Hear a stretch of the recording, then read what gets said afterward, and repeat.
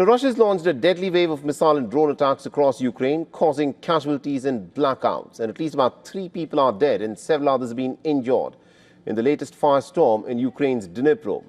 While explosions have been reported in Kiev, in Dnipro, Kharkiv, Sumy, Poltava, etc. So as winter begins to set in, Russia's punishing assaults have now left Ukraine scrambling for resources and weapons. Our next board gets more details.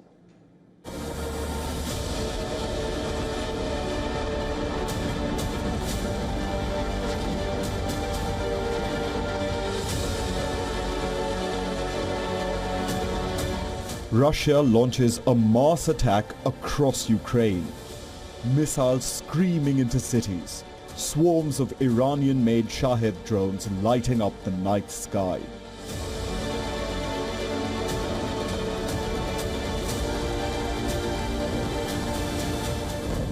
Explosions rocked multiple regions, including Kiev, Dnipro, Kharkiv, Sumy and Poltava. Ukrainian air defenses roared into action, but not all made it through.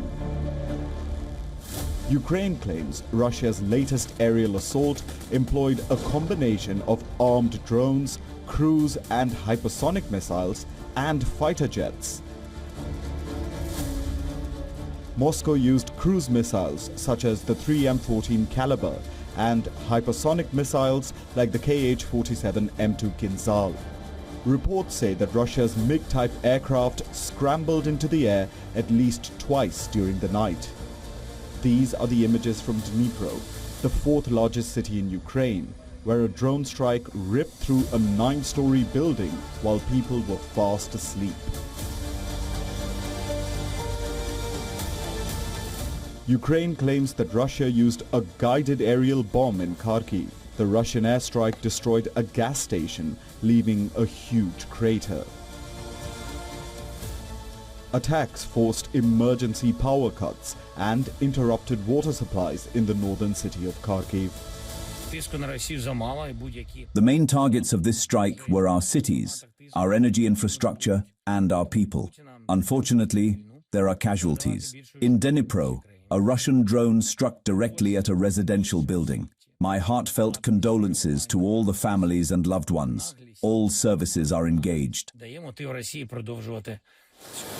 The strikes come amid Russia's intensified push across the eastern front, from Pokrovsk to Zaporizhzhia, as Moscow looks to break Ukraine's exhausted defenses. Russia is escalating attacks on energy infrastructure, damaging natural gas facilities which produce the main fuel for heating in the country and prompting power cuts in several regions. Experts say Ukraine risks heating outages ahead of winter months. Not all traffic light sites are yet equipped with backup power cabinets. So when a power outage occurs at these locations, we ask the patrol police to manage traffic, or our team goes out with a generator, which is also quite effective. Additionally, if a prolonged outage occurs and the energy workers cannot restore power within 24 hours,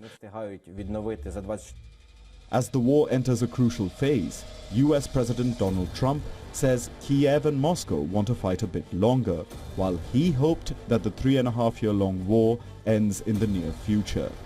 I think we agree that the war is going to end. Sometimes people have to fight it out a little bit longer, but I think we agree that the war is going to end in the not-too-distant future. Hungary, on the other hand, has called out Western strategy.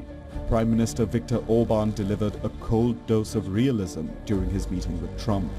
So it's a complicated issue. We will discuss it. It requests not just 2 minutes to respond to your question, but rather than our lecture. Sorry, not to continue more. Miracle can happen. As Putin continues his non-stop assaults, Kiev insists that this is not the time to surrender. With each new strike, the cost of resistance rises, and the question lingers: how long can Ukraine keep holding the line? Bureau Report, WION. World is One.